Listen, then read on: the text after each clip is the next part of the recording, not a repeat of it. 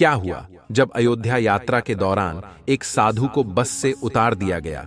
उसके बाद सभी लोगों ने वहां जो चमत्कार देखा, उसे देखकर आपके पैरों तले जमीन खिसक जाएगी, क्योंकि वह साधु महाराज ने एक ऐसा चमत्कार किया जिससे बस ड्राइवर के साथ साथ सभी यात्रियों के रोंगटे खड़े हो गए। आगे बढ़ने से पहले अगर आप भी राम भक्त हैं तो वीडियो को लाइक करके कमेंट बॉक्स में जय श्री राम जरूर लिखें।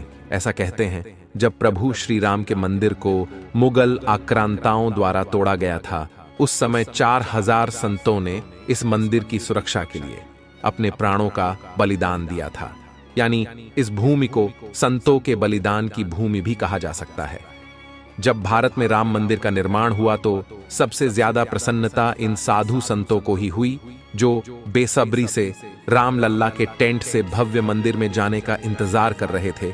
इसी कड़ी में 22 जनवरी 2024 को रामलला की प्राण प्रतिष्ठा का समारोह होने वाला था।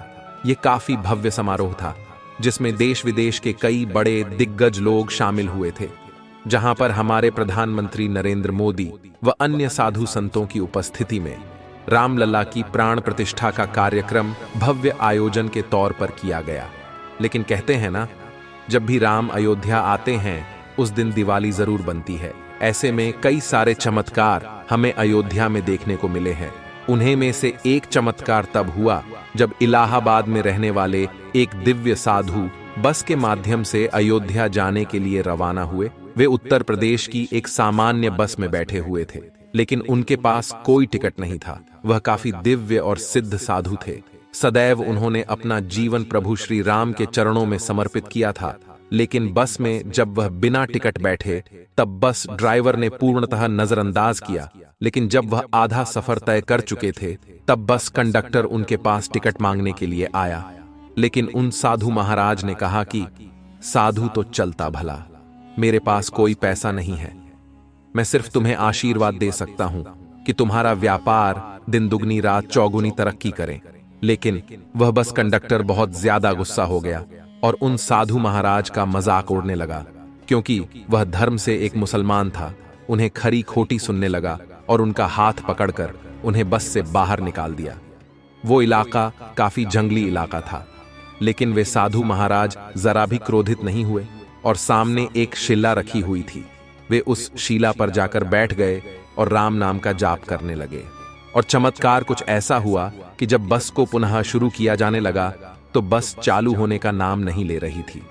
सभी के मन में यही सवाल था कि इलाहाबाद से लेकर इस स्थान तक बस एकदम सही थी और आखिर अभी शुरू क्यों नहीं हो रही है। तकरीबन 1 से 2 घंटे बीत गए।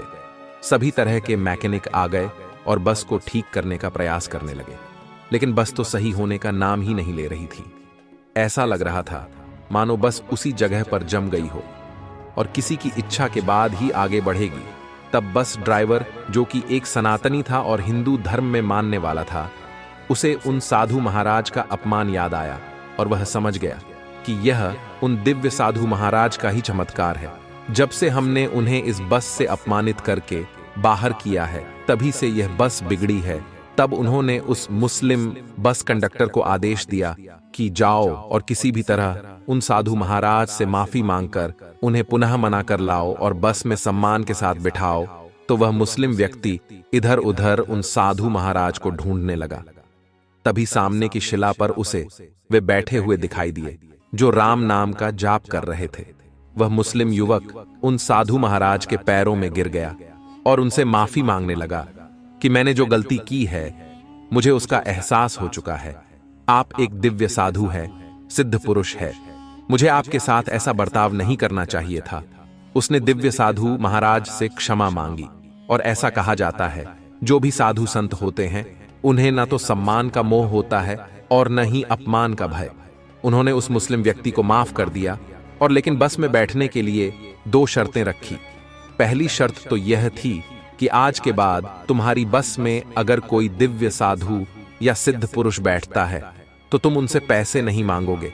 और दूसरी शर्त यह थी कि यह बस अगर अब चलती है तो बीच में कहीं नहीं रुककर केवल और केवल अयोध्या ही रुकेगी। बस कंडक्टर ने उन साधु महाराज की दोनों शर्तों को स्वीकार किया और सम्मान के साथ उन्हें पुनः बस की उसी सीट पर बिठाया और चमत्कार कुछ ऐसा हुआ कि जैसे ही साधु महाराज बस के अंदर बैठे, पुनः बस स्टार्ट हो गई और सभी लोग पुनः अयोध्या के लिए रवाना हो गए। सभी लोग उन साधु महाराज के चरणों में गिरकर उनसे आशीर्वाद ले रहे थे, क्योंकि सब समझ चुके थे कि यह कोई साधारण साधु महाराज नहीं है। इसके बाद वे सभी लोग कुछ घंटे में अयोध्या पहुंच गए और प्राण प्रतिष्ठा के समारोह को अपनी आंखों से उन्होंने देखा।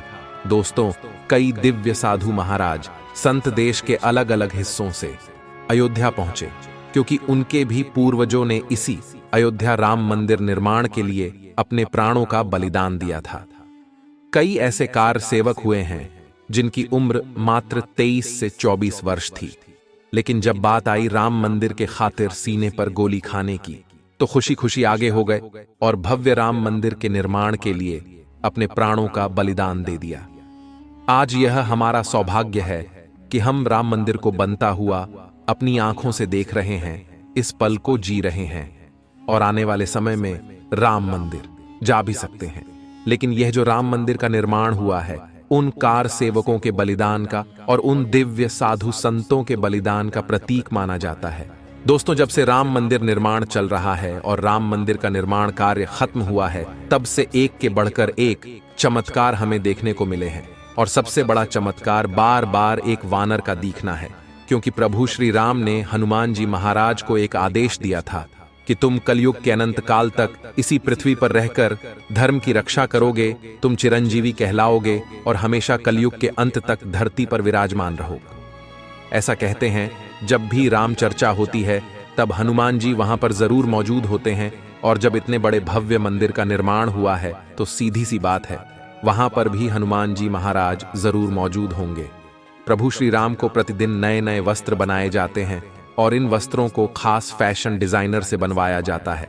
लेकिन सवाल यह था कि प्राण प्रतिष्ठा के दिन प्रभु श्री राम को कैसे वस्त्र पहनाए जाए। तो उस समय वस्त्र बनाने वाले वस्त्रकार ने प्रभु श्री राम का स्मरण करना शुरू किया, तो उसे 3 अलग अलग प्रकार के वस्त्र बनाने की प्रेरणा मिली। लेकिन सभी लोगों के मन में यह सवाल था कि आखिर इन 3 वस्त्रों में से कौन से वस्त्र प्रभु श्री राम को पहनाए जाए, क्योंकि तीनों ही अति सुंदर और लाजवाब थे। तब उन्होंने एक निर्णय लिया कि रात्रि के समय इन तीनों वस्त्रों को हम प्रभु श्री राम के सामने रख देंगे। सुबह तक जरूर कोई ऐसा संकेत मिलेगा या स्वप्न में कोई संकेत प्राप्त होगा जिससे हम यह समझ जाएंगे कि प्रभु श्री राम को कौन से वस्त्र पसंद है। लेकिन उस घड़ी से केवल 1 घंटे के बाद ही अचानक उन तीनों में से एक वस्त्र रामलल्ला के पास रखा हुआ दिखाई दिया। लेकिन सवाल यह था कि आखिर वह वस्त्र आगे कैसे आया। तब सभी लोगों ने जब सीसीटीवी देखा तब पाया कि एक वानर वहां पर आया और तीनों में से एक वस्त्र उठाकर चुपचाप उसने रामलल्ला के पैरों में रख दिया। सभी लोग कमरे में ऐसा चमत्कार देखकर दंग हो गए। वह मूर्तिकार और जिसने प्रभु श्री राम की मूर्ति को बनाया है, उनका नाम अरुण योगीराज है। उन्होंने भी एक ऐसा ही चमत्कार हमारे साथ साझा किया। उनका कहना था कि हमें इस मूर्ति को बनाने के लिए 6 माह का समय लगा और हम कार्यशाला में रोजाना मूर्ति बनाने का काम करते थे। लेकिन रोजाना एक चमत्कार होता था।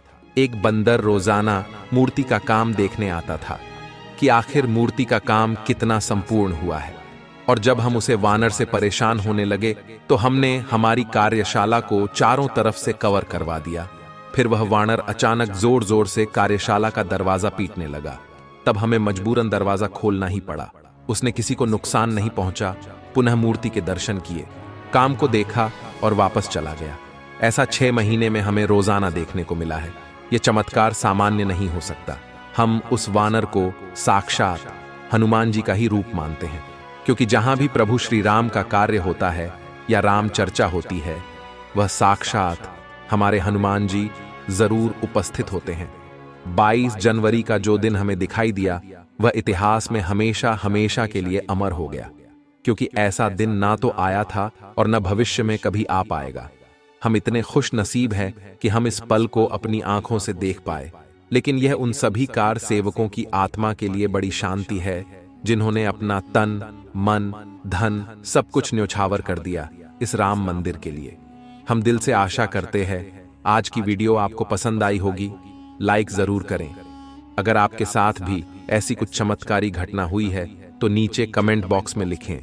हम उसे अपने चैनल के माध्यम से दर्शकों को बताने का प्रयास करेंगे।